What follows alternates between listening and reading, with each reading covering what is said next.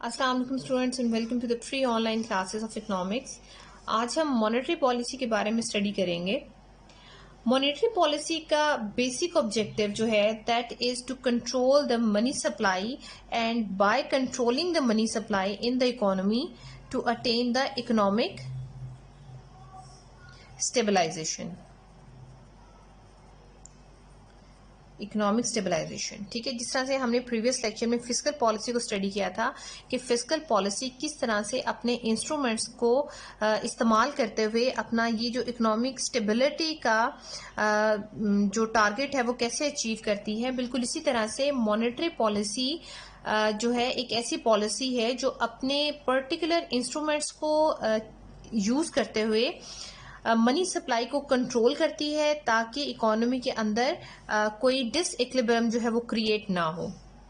अब money supply का एक जनरल इम्पैक्ट जो है वो चेक कर लेते हैं कि अगर इकोनॉमी के अंदर मनी सप्लाई ज्यादा हो तो मनी सप्लाई के ज्यादा होने से यानी ज़र की रसद के ज्यादा हो जाने से, क्योंकि इन्वेस्टमेंट ज्यादा होती है, लोगों के पास ज्यादा पैसा होता है, रोजगार की सतह ज्यादा होती है, इस वजह से जो इनकम्स हैं दैट इज ग्रेटर।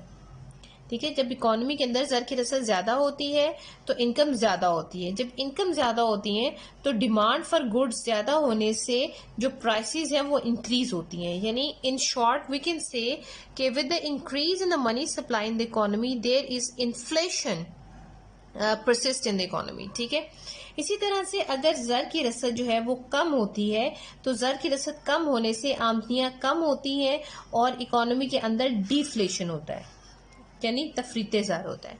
अब with the help of monetary policy instruments, जो ज़री पॉलिसी है वो अपने इंस्ट्रूमेंट्स का इस्तेमाल करते हुए एक सेंट्रल पाथ यानी इन दोनों के बीच का एक रास्ता जो है वो अपनाती है।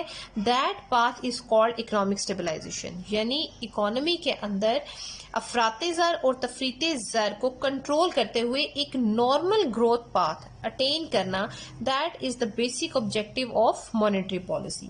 सो it is a policy which is adopted by the central bank of the country to control the money supply. यानी ज़र की रसद को कंट्रोल करने के लिए किसी भी मुल्क का जो मरकजी बैंक है, सेंट्रल बैंक है, वो जो भी पॉलिसी अपनाएगा that policy is called monetary policy. अगर हम प्रोफेसर जॉनसन के वर्ड्स को चेक करें तो according to him it is a policy of central bank to control the supply of money with the aim of achieving the macro economic stability. ठीक है, so just like the fiscal policy, monetary policy के भी कुछ instruments हैं। Monetary policy के instruments को दो groups में क्लासिफाई किया गया है। वन इज क्वांटिटेटिव, जिसको मिकदारी तरीके कहा जाता है, and the second one is qualitative. ठीक है, क्वांटिटेटिव मेथड्स ऐसे मेथड होते हैं जिनके रिजल्ट्स को आप टू सम एक्सटेंट जो है वो प्रिडिक्ट कर सकते हैं। ठीक है, लेकिन जो क्वालिटेटिव तरीके होते हैं ये ऐसे तरीके होते हैं जिनके रिजल्ट्स को आप प्रिडिक्ट नहीं कर सकते। यानी अगर आप किसी को एक बात समझाते हो कि ये काम आपने करना है, अब उस पे क्या इम्पैक्ट होगा ये आप प्रिडिक्ट नहीं कर सकते। ठीक है, वो पॉजिटिव भी हो सकता है, वो नेगेटिव भी हो सकता है, वो आइसोलेट भी हो सकता है। सो क्वांटिटेटिव मेथड्स, ठीक है, ये ऐसे मेथड्स हैं which has the physical impact on the amount of credit creation in the economy. अब फिजिकल इम्पैक्ट जो मेथड्स करते हैं क्रेडिट क्रिएशन या मनी सप्लाई के ऊपर, यानी क्वांटिटेटिव मेथड जो है, the first one is bank rate policy, that is bank rate policy. Bank rate policy the second one, अच्छा बैंक रेट पॉलिसी जो है इसको यही डिस्कस करते हैं। बैंक रेट पॉलिसी जो है सेंट्रल बैंक की, इसको री डिस्काउंट पॉलिसी भी कहा जाता है। री डिस्काउंट पॉलिसी ये एक ऐसा बैंक रेट है, एक ऐसी शरह सूद है जिस पर कमर्शियल बैंक्स को कर्जे जारी करता है स्टेट बैंक। ठीक है, किसी भी मुल्क का मरकजी बैंक जब अपने तिजारती बैंकों को कर्जे जारी करता है तो उस कर्जों के अगेंस्ट जो शरह सूद तिजारती बैंक मरकजी बैंक को पे करते हैं उसको बैंक रेट कहा जाता है। बैंक रेट को रीडिस्काउंट रेट या रीडिस्काउंट पॉलिसी इसलिए कहा जाता है, रीडिस्काउंट रेट, क्योंकि कमर्शियल बैंक्स के पास जो बिल ऑफ एक्सचेंज होते हैं, जो हुंडियां होती हैं, ठीक है, इन हुंडियों को, इन बिल ऑफ एक्सचेंज को जरूरत पड़ने पर, जब कमर्शियल बैंक्स को कैश की जरूरत होती है तो वो इन बिल ऑफ एक्सचेंज को सेंट्रल बैंक से डिस्काउंट करवाता है, यानी अपनी उन हुंडियों पर बट्टा लगवाता है, रीडिस्काउंट करवाता है, उनको कैश करवाता है। अब इस रीडिस्काउंट करते हुए सेंट्रल बैंक जो है, मरकजी बैंक, वो एक सर्विस चार्जेस जो है, एक पर्टिकुलर अमाउंट जो है वो रिसीव करता है। ठीक है, तो ये सारा जो है, जब कर्जे दिए जाते हैं तिजारती बैंकों को तो उसके अगेंस्ट जो भी शरह सूद सेंट्रल बैंक रिसीव करता है कमर्शियल बैंक से, that rate is called bank rate और बैंक रेट पॉलिसी। अब by using the bank rate किस तरह से सेंट्रल बैंक जो है वो ज़र की रसद को कंट्रोल करता है। सो इफ वी सपोज के बैंक रेट जो है दैट इज 10%, ठीक है, कि अगर कोई भी लोन जो है वो तिजारती बैंकों को ग्रांट किया जाता है तो उसके अगेंस्ट 10% जो है उन्होंने सेंट्रल बैंक को सबमिट कराना है। अब अगर इकोनॉमी के अंदर इन्फ्लेशन है, अफराते ज़र है, अब अफराते ज़र हमने देखा is cost because of increase in money supply, तो अगर सेंट्रल बैंक ने ये देखा कि इकोनॉमी के अंदर अफराते ज़र है, यानी ज़र की रसद काफी ज्यादा है जो इन्फ्लेशन को क्रिएट कर रही है, तो इस कंडीशन में by using this instrument state bank जो है वो मनी सप्लाई को कंट्रोल करेगा। अब बैंक रेट पॉलिसी के थ्रू स्टेट बैंक जो है वो अपने इस बैंक रेट को इंक्रीज कर देगा। जब वो इस बैंक रेट को इंक्रीज करेगा, फॉर एग्जांपल उसने इंक्रीज करके इसको 20% कर दिया, तो इस कंडीशन में अब जो कर्जे जारी किए जा रहे हैं, जो तिजारती बैंक है, वो उनके लिए अब स्टेट बैंक से कर्जे लेना या अपने बिल ऑफ एक्सचेंज को डिस्काउंट कराना महंगा हो गया है। तो उनके लिए जब कर्जे लेना मुश्किल हो गया है, महंगा हो गया है, तो इस कंडीशन में अब सेंट्रल बैंक, कमर्शियल बैंक जो है वो कम कर्जे लेंगे। जब कमर्शियल बैंक कम कर्जे लेंगे तो इसका मतलब है अब उनके पास जो लोनेबल फंड्स हैं, ऐसे फंड्स, ऐसे पैसे कमर्शियल बैंक्स के पास जिनसे वो कर्जे जारी करते हैं वो कम हो जाएंगे। जब कमर्शियल बैंक कम कर्जे जारी करेंगे तो ज़र की रसद जो है वो इकोनॉमी के अंदर कम हो जाएगी। इसी तरह से अगर तफरीते ज़र है तो बैंक रेट को सेंट्रल बैंक रिड्यूस कर देगा ताकि कमर्शियल बैंक ज्यादा से ज्यादा कर्जे सेंट्रल बैंक से रिसीव करे और उसको उसके पास जो लोनेबल फंड्स हैं वो इंक्रीज हो जाएं। जब लोनेबल फंड्स इंक्रीज हो जाएंगे तो ज़र की रसद जो है वो इंक्रीज हो जाएगी, जिसकी वजह से मुल्क में जो तफरीते ज़र है वो कम हो जाएगा। अब जो बैंक रेट की पॉलिसी है ये सर्टेन कंडीशंस पे डिपेंड करती है। अब अगर हम ये सपोज करें कि जो इकोनॉमिक सिस्टम है जिसके अंदर ये इंस्ट्रूमेंट काम कर रहा है, ऑपरेट कर रहा है, अगर वो फ्लेक्सिबल नहीं है, फ्लेक्सिबल मतलब कि उसका दूसरे वेरिएबल्स पर इम्पैक्ट, यानी यहाँ पर सेंट्रल बैंक ने देखें बैंक रेट को इंक्रीज कर दिया, 20% कर दिया। अब बैंक रेट तो सेंट्रल बैंक ने इंक्रीज कर दिया, लेकिन इस सेंट्रल बैंक के बैंक रेट को इंक्रीज करने से मनी सप्लाई पर कितना इम्पैक्ट हुआ है। अगर तो ज्यादा इम्पैक्ट हुआ है, यानी वो बहुत ज्यादा फ्लेक्सिबल इकोनॉमिक सिस्टम है, तो फौरी तौर पर आपको रिजल्ट सामने आ जाएंगे। लेकिन अगर इकोनॉमिक सिस्टम फ्लेक्सिबल नहीं है, यानी लचकदार नहीं है, तो इस कंडीशन में मनी सप्लाई पर इतना कोई खास फर्क नहीं पड़ेगा। फॉर एग्जाम्पल अगर हम ये देखें कि जो वो कमर्शियल बैंक जो सेंट्रल बैंक से लोन ले रहे हैं उनके पास ऑलरेडी एक्सेस रिजर्व्स मौजूद हैं, ठीक है, यानी उनके पास पहले बहुत ज्यादा पैसा है कि अगर वो कर्जे ना भी लें तो भी वो आगे फर्दर कर्जे जारी कर सकते हैं। तो इस कंडीशन में बैंक रेट को इंक्रीज कर देने से कमर्शियल बैंक्स के कर्जे जारी करने के लिए इनफ पैसा मौजूद है, इसलिए वो ज्यादा कर्जे जारी करेंगे हायर इंटरेस्ट रेट पर, ताकि वो ज्यादा से ज्यादा प्रॉफिट अर्न कर सकें। इस कंडीशन में जो मनी सप्लाई है वो फ्लेक्सिबल नहीं है, यानी इकोनॉमिक सिस्टम फ्लेक्सिबल नहीं है, जिसकी वजह से कर्जों में कमी नहीं आएगी और ज़र की रसद में भी कमी नहीं आएगी। ठीक है, तो ये इसकी एक लिमिटेशन है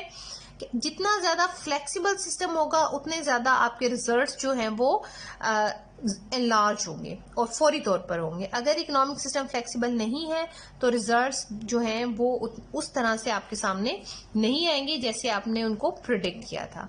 सो बाय इंक्रीजिंग और decreasing the bank rate, central bank जो है वो मनी सप्लाई को इकोनॉमी के अंदर कंट्रोल करता है।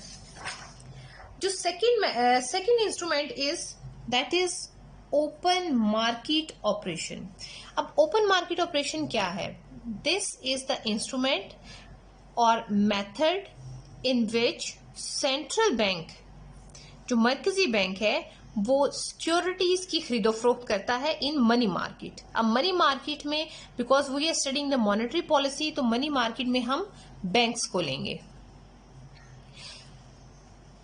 और यहां पर सेंट्रल बैंक ने क्या करना है? Purchase and sale of securities. अब अगर सेंट्रल बैंक जो है वो ये एक्नॉलेज करता है कि इकोनॉमी के अंदर अफरात-ए-ज़र है, इन्फ्लेशन है। इन्फ्लेशन मीन कि इकोनॉमी के अंदर ज़र की रस्म बहुत ज्यादा है, तो अब टारगेट क्या है कि मनी सप्लाई को रिड्यूस करना है। तो इस कंडीशन में जो सेंट्रल बैंक है वो सेल करेगा अपनी सिक्योरिटीज को, गवर्नमेंट सिक्योरिटीज को बैंक्स के पास। ठीक है, अब बैंक्स को जब सिक्योरिटी सेल करेगा तो बैंक से जो कैश है, बैंक ने जब इस चीज को खरीदना है तो इसकी परचेज के अगेंस्ट कैश जो है वो सेंट्रल बैंक को, यानी मरकजी बैंक जो है, उसको पे करना है। ठीक है, जब इस प्रोसीजर से जब सेंट्रल बैंक जो है अपनी सिक्योरिटीज सेल करता है तो जो पैसा है, जो कैश है, वो बैंक के पास चला जाता है, सेंट्रल बैंक के पास, और जो कैश रिजर्व्स हैं सेंट्रल कमर्शियल बैंक के वो रिड्यूस हो जाते हैं, यानी लोनेबल फंड्स जो हैं जिनमें से कमर्शियल बैंक कर्जे जारी करता है वो कम हो जाते हैं। जब कमर्शियल बैंक्स के पास लोनेबल फंड्स कम हो जाते हैं तो इस कंडीशन में वो कम कर्जे जारी करते हैं और ज़र की रसद कम हो जाती है। ज़र की रसद कम हो जाने से वेरिएबल्स के इंटरैक्शन की वजह से फाइनली क्या होता है कि हमारे पास जो प्राइसेस हैं वो रिड्यूस हो जाती हैं, यानी अफरात-ए-ज़र कंट्रोल हो जाता है। इसी तरह से अगर इकोनॉमी के अंदर डिफ्लेशन है, कीमतें कम है, तफरीत-ए-ज़र है, तो तफरीत-ए-ज़र की बड़ी वजह क्या है? मनी सप्लाई का कम होना। अब ज़र की रसद अगर कम है तो इस कंडीशन में सेंट्रल बैंक जो है वो परचेज करेगा अपनी सिक्योरिटीज को। ठीक है, परचेज करेगा, बैंक से वापस ले लेगा अपनी सिक्योरिटीज। जब वो परचेज करेगा तो अब सेंट्रल बैंक ने कैश पे कर दिया कमर्शियल बैंक्स को। ठीक है, तिजारती बैंकों को कैश पे कर दिया और अपनी सिक्योरिटी वापस ले ली। अब जब कमर्शियल बैंक के पास कैश आया है तो इसका मतलब है लोनेबल फंड्स जो है वो इंक्रीज हो गए हैं। लोनेबल फंड्स, कर्जे जारी करने वाले जो पैसे, ऐसे रकम जिसमें से कमर्शियल बैंक कर्जे जारी करता है, लोनेबल फंड्स जो हैं वो इंक्रीज होने की वजह से वो ज्यादा कर्जे जारी करेगा, जिससे ज़र की रसद में इजाफा हो जाएगा और कीमतें जो हैं वो भी इंक्रीज हो जाएंगी। इस तरह से जो तफरीत-ए-ज़र है वो खत्म हो जाएगा with the help of open market operation. Third instrument जो है that is change in reserve requirement.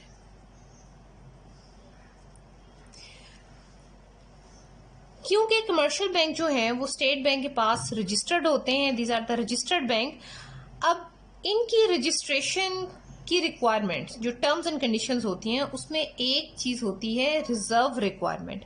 अब रिजर्व रिक्वायरमेंट जो है ये एक ऐसा रेट है, एक ऐसी रेशो है जिसके अकॉर्डिंगली हर नए डिपॉजिट में से एक पर्टिकुलर अमाउंट जो है वो किसी भी कमर्शियल बैंक ने अपने पास रखनी होती है। फॉर एग्जाम्पल, एक डिपॉजिटर बैंक में आता है, ठीक है, और 1,00,000 रुपए का डिमांड डिपॉजिट जो है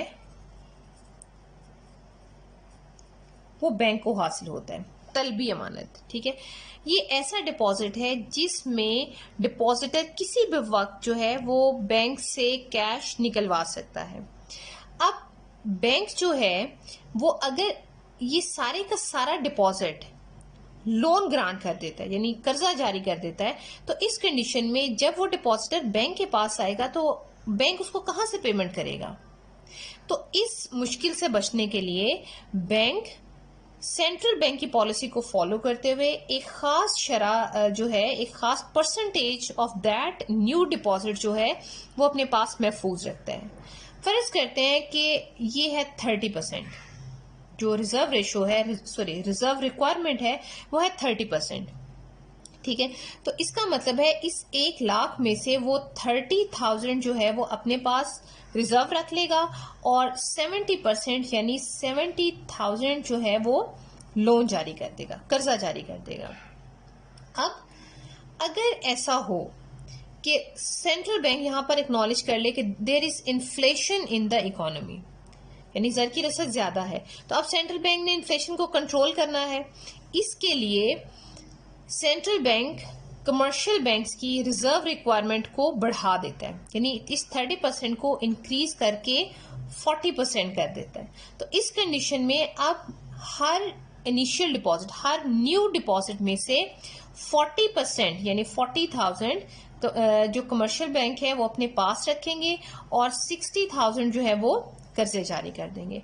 अब आप देखें कि रिजर्व रेशो को बढ़ाने से हुआ क्या कि कर्जे जारी करने की जो ताकत थी कमर्शियल बैंक की वो रिड्यूस हो गई, यानी जो लोन्स थे वो रिड्यूस हो गए, जिससे ज़र की रसद में कमी आ गई।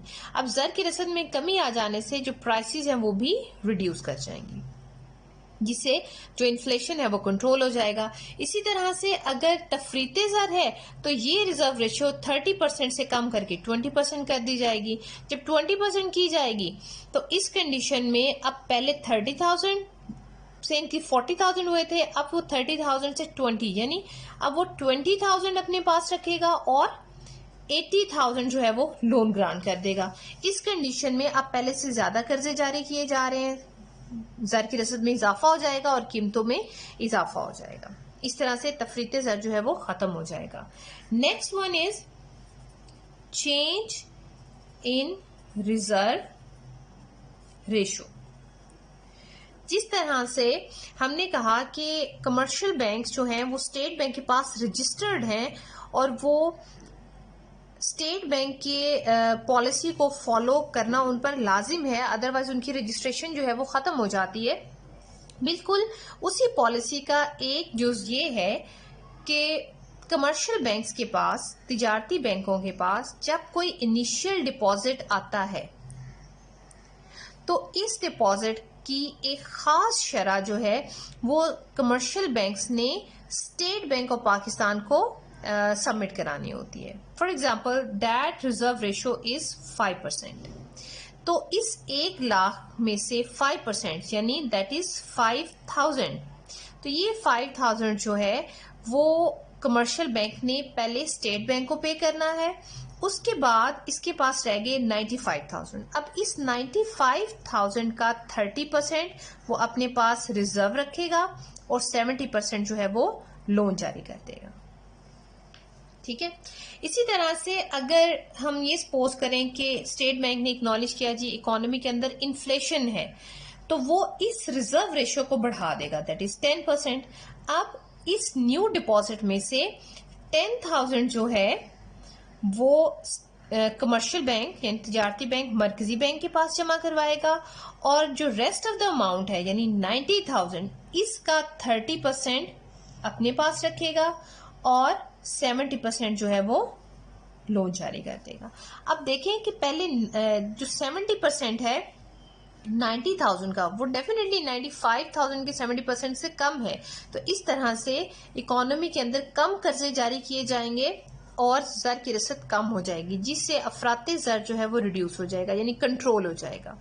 इसी तरह अगर डिफ्लेशन है तो इस रिजर्व रेशो को कम करके 3,000 पर या 2,000 पर और 1,000 पर लेकर आया जा सकता है। ठीक है, सो इन दोनों में डिफरेंस ये है कि रिजर्व रिक्वायरमेंट ऐसी परसेंटेज है हर नए डिपॉजिट में से जो कमर्शियल बैंक ने अपने पास रखनी होती है, ताकि वो अपने डिपॉजिटर की जो डिमांड है उसको फौरी तौर पर फुलफिल कर सके। जबकि जो रिजर्व रेशो है ये वो रेशो है, वो अमाउंट है जो कमर्शियल बैंक ने सेंट्रल बैंक के पास जमा करवानी होती है।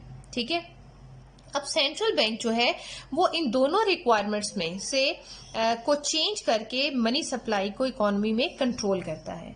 अब यहाँ पर हमने एग्जांपल ली थी डिमांड डिपॉजिट की। डिमांड डिपॉजिट में हमेशा जो रिजर्व रखा जाता है वो ज्यादा होता है as compare to time deposit. ठीक है, जो मुद्दती अमानतें होती हैं उसमें क्योंकि एक खास टाइम पीरियड फिक्स होता है, उसके बाद लोगों ने पैसे वहां से निकलवाने होते हैं, इसलिए जो कमर्शियल बैंक है उनको यकीन होता है इस बात का कि एकदम से पैसे की डिमांड नहीं होगी, इसलिए वो उन पैसों में से ज्यादा कर्जे जारी करता है। ठीक है, सो ये था change in reserve ratio. We have another instrument that is credit rationing. Credit rationing, rationing का मतलब होता है फिक्स कर देना किसी चीज को। तो बाज़ औक़ात सेंट्रल बैंक जो है वो क्रेडिट रैशनिंग कर देता है कि कमर्शियल बैंक एक हद से ज्यादा कर्जे जारी नहीं कर सकता, यानी एक मैक्सिमम लिमिट जो है वो फिक्स कर दी जाती है कि इस हद से ज्यादा कमर्शियल बैंक जो है वो कर्जे जारी नहीं कर सकते।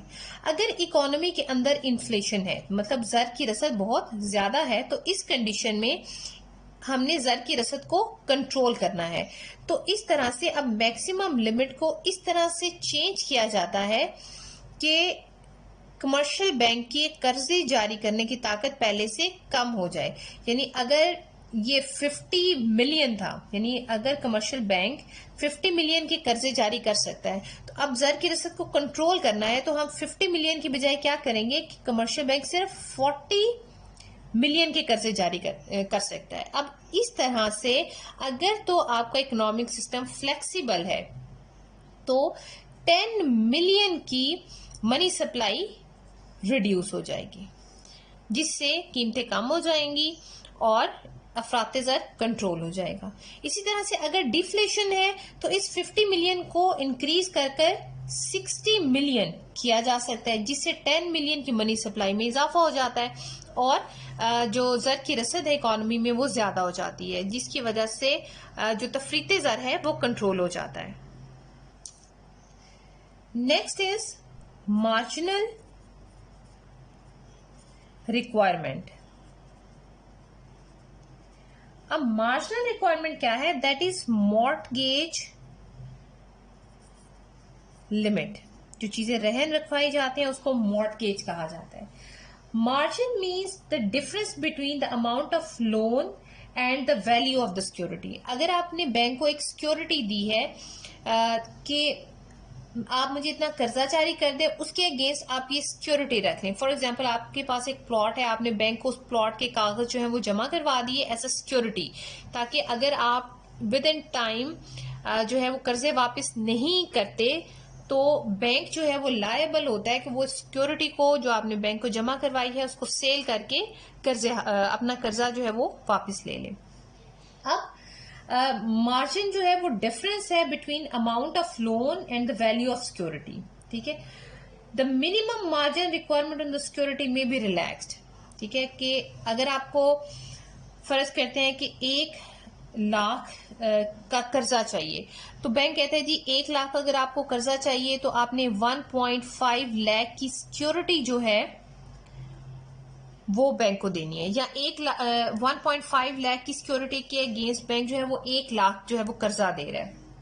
ठीक है, तो वो कहता है कि ये रिक्वायरमेंट जो है ये रिलैक्स की जा सकती है या इसको बढ़ाया या कम किया जा सकता है in the conditions of inflation और डिफ्लेशन। यानी अगर तो इकोनॉमी के अंदर डिफ्लेशन है, तफरीते ज़र है, तो जो मार्जिनल रिक्वायरमेंट है वो डिक्रीज करती जाती है। यानी अगर 1.5 लाख के कर्जे के अगेंस्ट 1 लाख कर्जा मिल रहा है और हमने फर्ज कर लिया कि इकोनॉमी के अंदर डिफ्लेशन है यानी ज़र की रसद कम है, टारगेट हमारा क्या है, यहाँ पे हमने ज़र की रसद को बढ़ाना है। तो अब यहाँ पर हम कहते हैं कि 1.5 लाख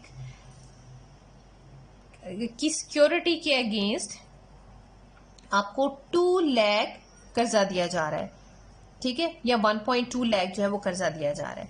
अब देखिए यहाँ पर जो मार्जिनल रिक्वायरमेंट थी वो हमने कम कर दी।